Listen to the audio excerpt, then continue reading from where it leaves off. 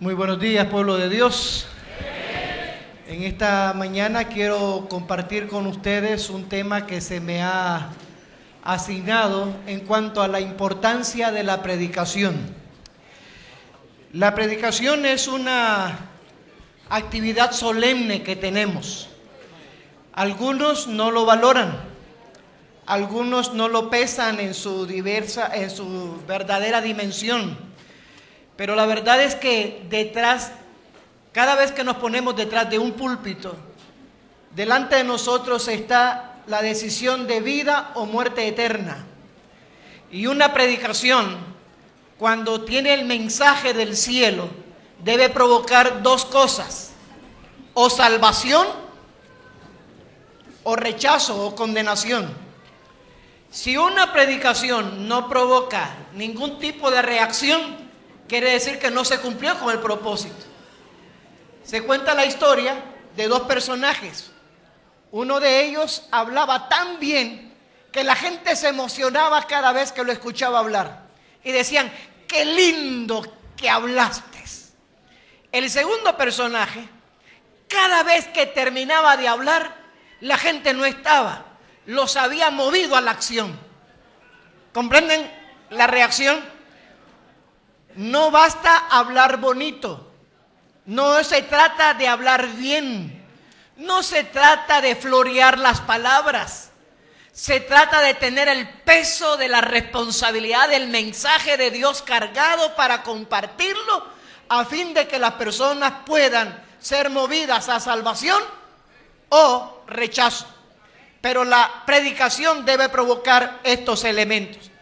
Tomando en cuenta esto, quisiera ir con ustedes a nuestro Señor Jesucristo en el libro de San Marcos, el capítulo 1, versículos 14 y 15. Vayamos a la Biblia, al libro de San Marcos, el capítulo 1, versículos 14 y 15. Vean lo que la palabra de Dios nos dice ahí. San Marcos, el capítulo 1, versículos 14 y 15. Dice la Escritura: después que Juan fue encarcelado, Jesús fue a Galilea predicando el evangelio del reino de Dios. Decía: el tiempo se ha cumplido y el reino de Dios se ha acercado. Arrepentíos y creed en el evangelio. De acuerdo a la expresión, podemos decir que Jesús descendió predicando. Es decir, Él descendió del cielo para predicar las buenas nuevas del reino. ¿Estamos de acuerdo? De acuerdo a ese versículo, vamos a considerar algunas características de la predicación según el modelo del Señor Jesucristo. En primer lugar, vamos a decir que la predicación de Jesús era ¿cómo? Era bíblica. Él mismo habla de un tiempo que se ha cumplido, pero esa referencia apunta hacia el pasado, a algún tipo de referencia del Antiguo Testamento, porque para hacer alusión del cumplimiento está hablando acerca de esto. En segundo lugar, noten que era no de cualquier reino, era del reino de Dios o el reino de Cristo. Por lo tanto, la predicación del Señor Jesús no solamente es bíblica, sino que también es cristocéntrica. ¿Okay? Está basada en Cristo. Esto es sumamente importante, porque todo el mensaje de la Biblia está basado en el Señor Jesucristo. San Lucas, el capítulo 25, versículos 44 en adelante, dice que les abrió el entendimiento y les enseñaba lo que decían la ley, los salmos y los profetas acerca de él. Quiere decir que la ley, los 5 libros del Pentateuco, desde Génesis hasta Deuteronomio, hablaban ¿de quién? De Cristo. Quiere decir entonces que también los salmos hablan ¿de quién? De Cristo. Y los profetas también hablan de Cristo. Por lo tanto, el mensaje de la verdad presente siempre es Cristo. Es Cristo la verdad presente. Pero Cristo como Cordero, eso fue verdad presente. Ahora Cristo en el santuario es verdad presente. Cristo por venir es verdad presente. Entonces debemos de seguir dónde está Cristo Y donde está Cristo, esa es la verdad que tenemos que predicar, porque es la verdad presente. En aquel tiempo fue Cristo como sacrificio, como cordero. Hoy está en el santuario celestial, en el lugar santísimo, y es Cristo justamente como nuestro sacerdote y rey lo que tenemos que predicar. Por eso en el corazón del evangelio está el juicio y está enmarcado precisamente en el Señor Jesucristo. Otra de las características es que la predicación de Jesucristo fue de carácter profético. ¿Notaron eso en Marcos 1, 14 y 15? Cuando se cumplió el tiempo, está hablando acerca de una referencia profética. Por lo tanto, las profecías son sumamente importantes, no tanto para dar a conocer cuánto usted sabe, sino cuando usted tiene en mente que lo que está en juego es la salvación ¿de qué? De las almas. Y trate entonces de extraer cuál es el papel de Cristo. Por ejemplo, ustedes que ya han estudiado la escuela sabática la semana pasada, ¿qué importancia es ver a Jesús paseándose entre los candelabros? Jesús había dicho, yo estaré con vosotros todos los días hasta el fin del mundo. Y ahora Jesús es presentado en el santuario. Los discípulos lo habían visto ir, pero ahora Jesús lo lleva al santuario para que vean a través de esa imagen que Él se está paseando entre los candelabros, como quien dice, ¿recuerdan lo que yo les dije que yo iba a estar con ustedes todos los días hasta el fin del mundo? Bueno, yo voy a estar todos los días hasta el fin del mundo. Y se pasea en medio de las 7 antorchas para decirles, yo estoy caminando con ustedes. Aunque no me vean físicamente, estoy con ustedes. Entonces el mensaje del Apocalipsis tiene un mensaje extraordinario, porque recuerden que fue dado para personas con problemas, con dificultades, atravesando problemas, tensiones, a veces hasta peligros de vida. Pero la presencia de Cristo fortalecía su corazón, engordaba sus huesos y hacía que ellos sacaran fuerza de debilidad.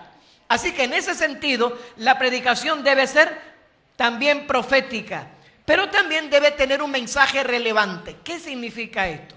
Significa que cuando nosotros predicamos, debemos de apelar tanto a la mente como al corazón. Si solamente apelamos a los sentimientos, las decisiones van a ser vulnerables, pasajeras y muy efímeras, sin fundamento. Debe de tener contenido, debe apelar a la razón para que haya convicción y debe apelar a las emociones para que también sean movidos. Así que la predicación debe tener estos dos elementos. Debe apelar a la mente y debe apelar al corazón. Sumamente importante cuando nosotros consideramos este aspecto. Otras personas dirían que el mensaje debe ser pertinente, es decir, debe ser adaptado a nuestro tiempo, de acuerdo a la necesidad. Un predicador llamado Charles Spurgeon decía que la predicación comienza cuando comienza la aplicación. Es decir, que cuando usted puede tener un mensaje basado en la Biblia y, por decir algo, está relatando la historia de José, pero el sermón comienza cuando usted comienza a aplicar eso que estudió. ¿Cómo se aplica hoy? ¿A dónde? A nuestras vidas. Y cuando destacamos, por ejemplo, de manera muy especial en la Biblia, cada vez que dice, y Jehová estaba con José. ¿Cuándo es que Jehová estaba con José? Cuando fue vendido como esclavo, cuando fue echado en la cárcel. Es decir, cada vez que él tenía problemas y estaba pasando por alguna situación, la Biblia dice, y Jehová estaba con José. Cuando usted está solo y tiene problemas, cuando usted está angustiado y está triste, cuando usted siente que lo han abandonado y traicionado, Jehová está con usted. ¿Notaron lo que yo hice ahorita? Eso es predicación, es la aplicación, y esa aplicación tiene un mensaje precisamente para nosotros. ¿Comprenden ahora? Tomando en cuenta eso, Noten que la predicación tiene un imperativo de llamado al arrepentimiento.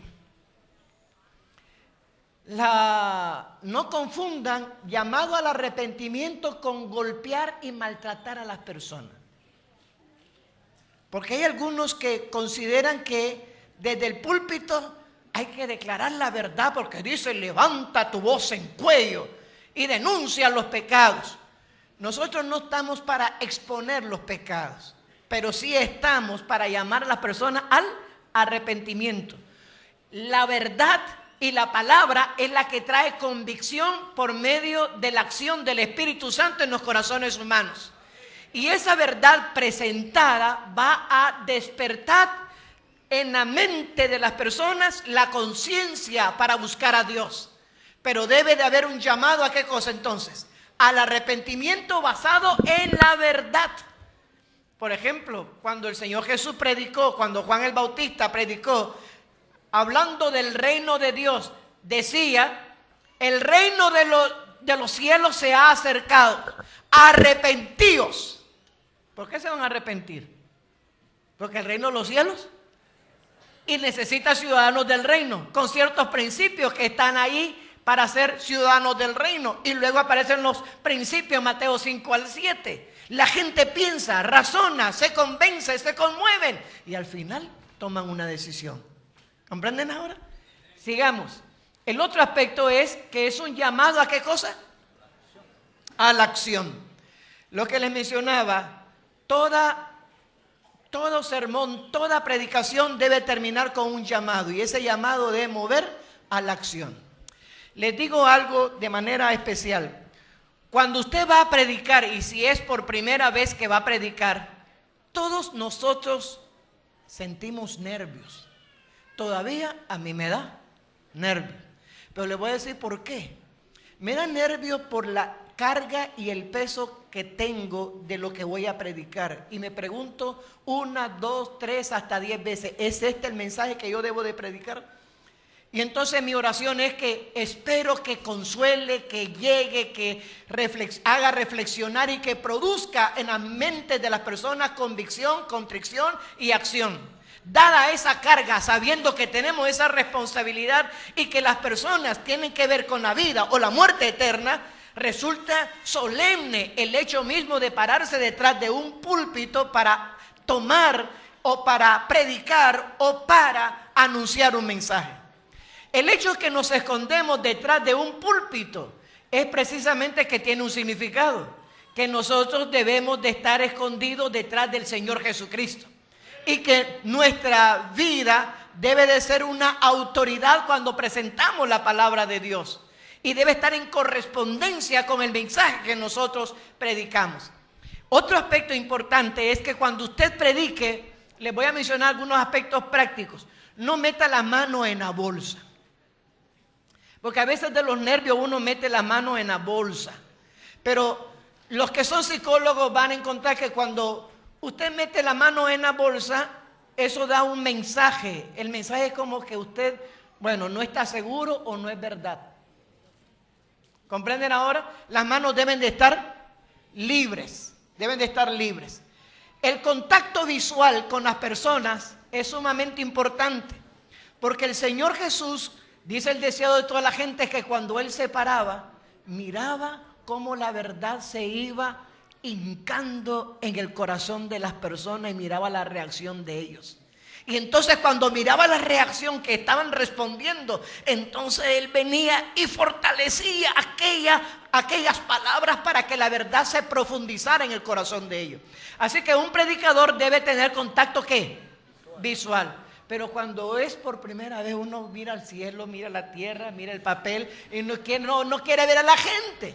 Entonces, solo la persona. Entonces, solo la persona. Ahora, noten ustedes lo siguiente. Les voy a dar un secreto.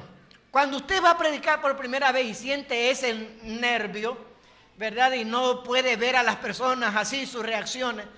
Primero respire profundo. Después de respirar profundo, trate de calmarse y trate de ver a los ángulos de la iglesia. Si está en el templo. Ustedes saben que todos los templos generalmente es una nave. Entonces usted ve hacia los ángulos de la iglesia, no arriba, sino como que está viendo a las personas, pero usted lo pone en un punto fijo arribita de las cabezas. Por ejemplo, ahorita yo no estoy viendo a nadie, pero todos creen que yo lo estoy viendo. Yo estoy en un punto fijo de allá. ¿Me comprenden lo que trato de mencionar? Lo mismo hacia los ángulos. Entonces eso hace de que las personas piensan, ¡ah! Me está viendo. Y usted no los está viendo. Pero ellos piensan que usted los está viendo. Estos son algunos secretos que le van a dar a usted seguridad para poder presentar un mensaje de esa naturaleza con convicción.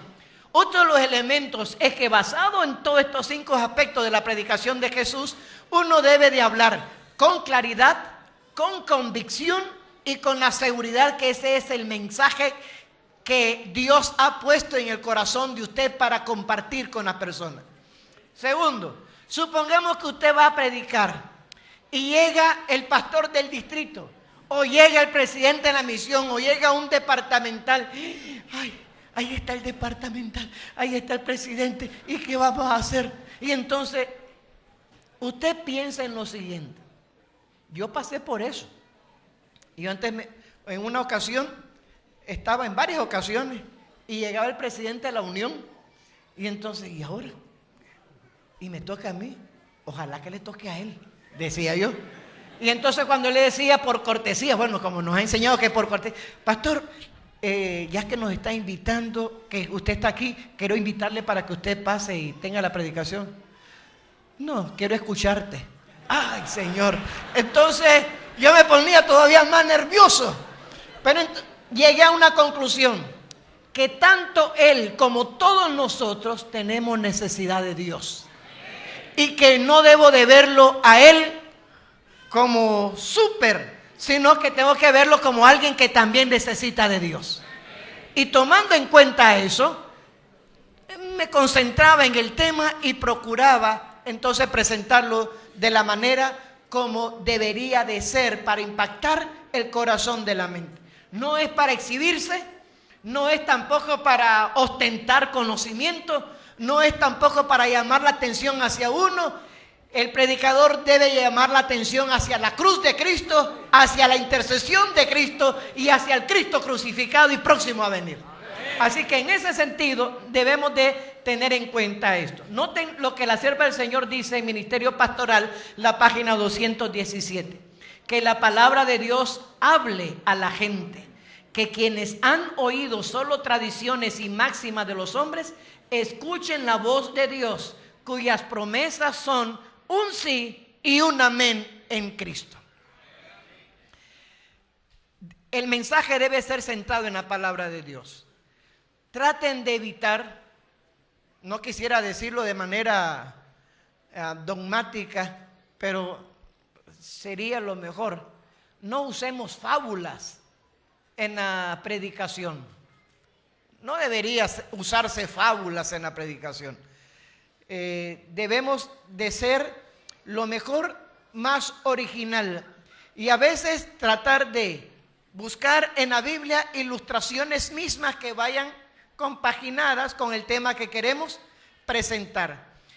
Otro de los aspectos importantes que quiero señalar, noten esta cita: si los ministros que son llamados a predicar el más solemne mensaje jamás dado a los mortales, evaden la verdad, ellos son ¿cómo? Infieles en su trabajo y son falsos pastores para las ovejas y los corderos. Las declaraciones de los hombres no tienen valor alguno. Que la palabra de Dios hable a la gente.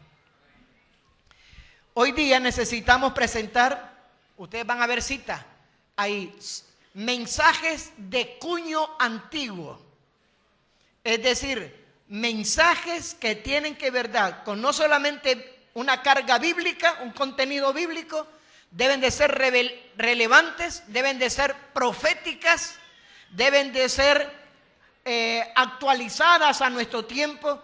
Y a veces nosotros nos centramos pensando, me toca predicar el miércoles, hay cualquier cosita, y algunos hasta llegan, bueno, voy a mencionarles hermano, no me tocaba a mí, pero el Señor, vamos a tener una meditacioncita. Y entonces tienen 1 o 2 versículos, oran y ya se fue. De ahí la importancia que los diáconos y los ancianos, ¿quiénes? Diáconos y ancianos, siempre deben estar listos con la predicación. Y si faltó alguien, no se paren ahí a decir, bueno, no me tocaba a mí. Usted como que si le tocara, usted hable como si usted fue el designado para esa noche. Pero no se ponga a decir, no me tocaba a mí, me tocaba a otra persona. No, eso no. Así que, porque el diácono y el anciano están para predicar a tiempo y fuera de tiempo, en todo momento. Tomando en cuenta eso, noten, no debemos evadir las verdades que solemnes. ¿Saben ustedes que el sermón del apóstol Pedro en Hechos del capítulo 2 fue un sermón doctrinal? También fue de carácter profético porque citó a quién, al libro de Joel. Y ustedes ven que él citó ciertos textos bíblicos, fue un sermón también expositivo. Y ustedes van a observar cuál fue la reacción. Ni siquiera había terminado el tema y la gente dijo, ¿qué haremos? ¿Qué le produjo a la gente la convicción? La presentación de la verdad presente en aquel momento y lo llevó a la acción. Y la gente dijo, ¿qué haremos? Yo pienso, hermanos, esta es una convicción muy personal, que cuando nosotros presentamos la palabra de Dios en su esencia bíblica, en su contenido bíblico, no necesitamos pedirle a la gente que diga amén, porque la gente espontáneamente dirá amén, porque se identificará con aquella verdad que tocó su corazón. Esa es mi convicción personal.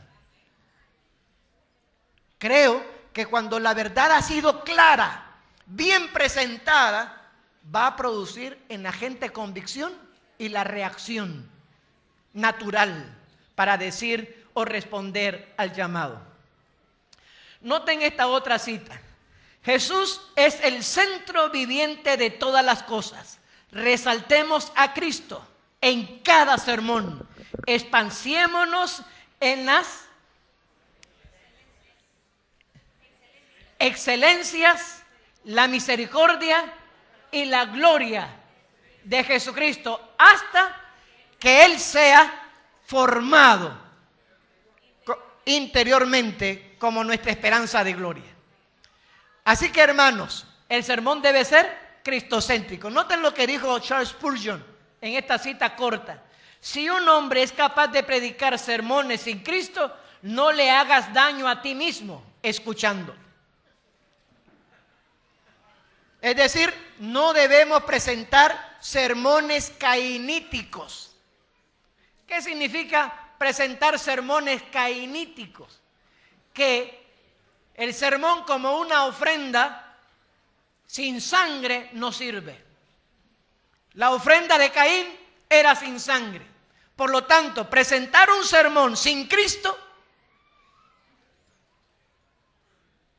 debemos ahorrarnos el tiempo, porque debemos ganar mejor tiempo al tratar de orientar nuestros oídos para escuchar un mensaje que tenga como contenido y centro al Señor Jesucristo. Evangelismo en la página 135. El Señor desea que sus siervos hoy en día prediquen la antigua doctrina evangélica. ¿Qué cosa? Y noten cuál es. Dolor, ¿por qué cosa? Por el pecado, arrepentimiento y confesión. Necesitamos sermones de cuño antiguo, costumbres de cuño antiguo, padres y madres en Israel de cuño antiguo. ¿Qué les parece? Nosotros necesitamos eso. Hay mensajes que terminan sin llamado. Puede hacerse, pero en algún momento.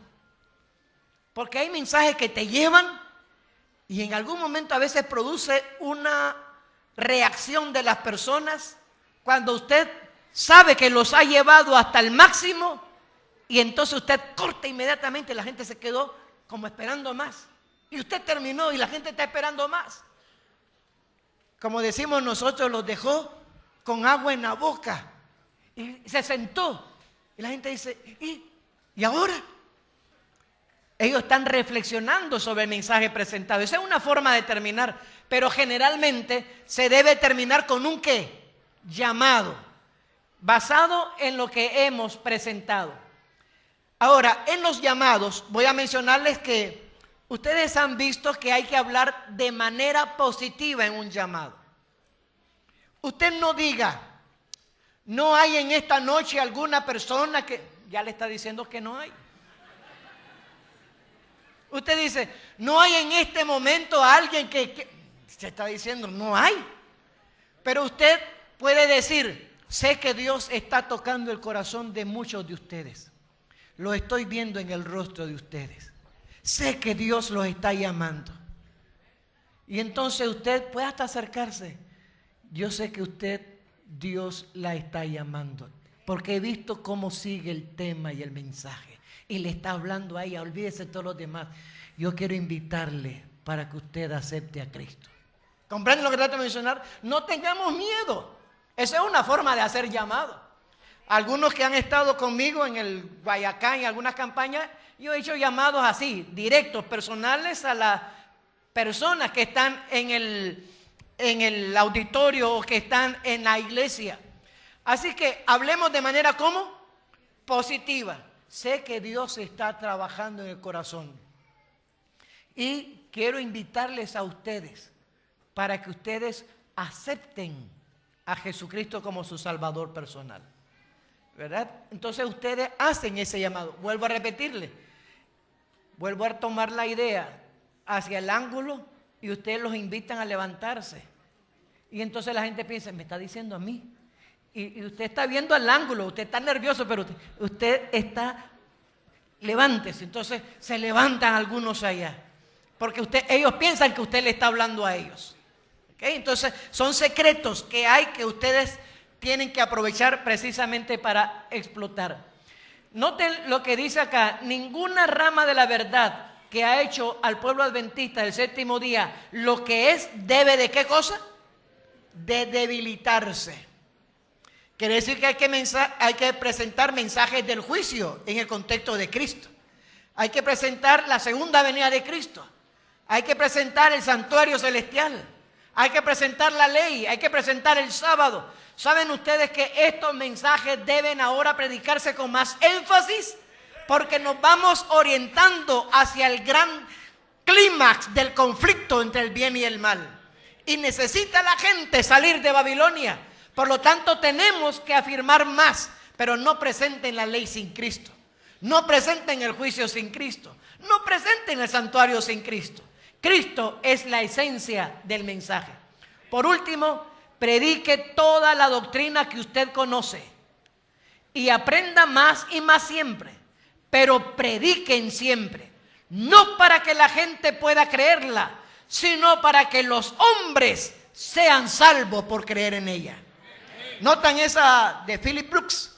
Esa cita es extraordinaria.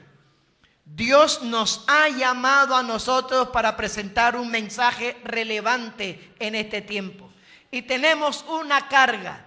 En sus libros, azulitos, en la página 112 y la página 113 que se les entregó.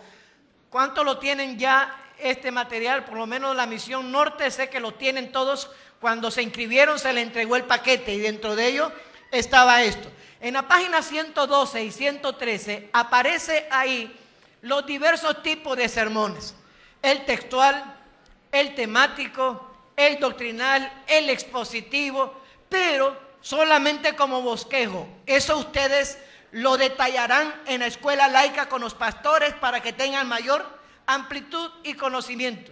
Para mí he tomado la importancia de la predicación para decirles y compartir con ustedes que tenemos una enorme y grande responsabilidad cuando se nos da el privilegio de predicar la palabra. Que no somos nosotros en ese momento, somos los portadores de un mensaje divino que debe de hablar a la conciencia y a la mente de cada ser humano. y que en nosotros debe haber la carga para llamarlos a la acción, a ponerse de parte de la verdad y de Dios. ¿Cuántos de nosotros queremos ser partícipes de ese ejército de Dios? ¿Cuántos de nosotros nos gustaría también levantar la luz de Dios y la bandera ensangrentada de Cristo, como también la luz de su palabra? ¿Cuántos de nosotros queremos unirnos con ese ejército de predicadores y predicar que Cristo viene? Aquellos que sienten ese deseo, quiero invitarles a ponerse de pie para tener una oración.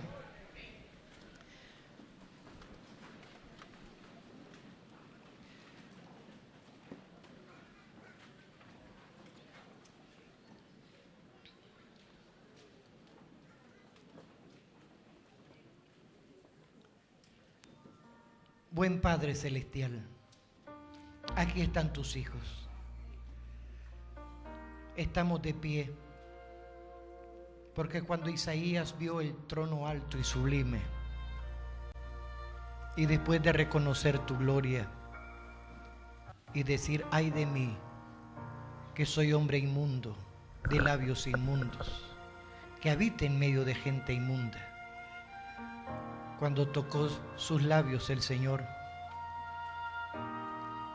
y a la pregunta, ¿a quién enviaré?, Él dijo que estaba dispuesto a responder. Señor, estamos de pie porque estamos en disposición de servicio. Queremos hacer tu voluntad, pero pon en el corazón de cada predicador, de cada anciano, de cada líder aquí presente, la carga de la solemnidad del mensaje que tú le has dado al planeta Tierra, que somos nosotros los que hemos de llevar este mensaje, pero permite que podamos comprender que el valor y la autoridad está en la comunión que tengamos con Cristo. Ayúdanos, Señor, a sentir la necesidad de hambre y sed de ti, de investigar, de buscar en tu palabra, de profundizar en ella, de meditar en ella, para que al oír tus palabras tengamos lengua de sabios para hablar al cansado. Toca el corazón de cada persona y haz que el fuego de tu palabra arda en ellos y se pueda decir como aquellos dos caminantes de Emaús: no ardía en nuestros corazones mientras abría la palabra delante de nosotros. De igual manera, haz que al salir de este lugar, por todo el territorio de Nicaragua, en los 3 campos, pueda como el fuego arrasar todo lo que encuentra, porque irán llorando, sembrando, pero cosechando también y viendo los resultados de la obra de Dios en el corazón de las personas. En tus manos quiero poner cada talento, cada don, cada habilidad, para que sean refinados, purificados y santificados por tu Espíritu. Gracias, Señor, por escucharnos. Continúa con nosotros en este campestre, en el nombre de Jesús. Amén.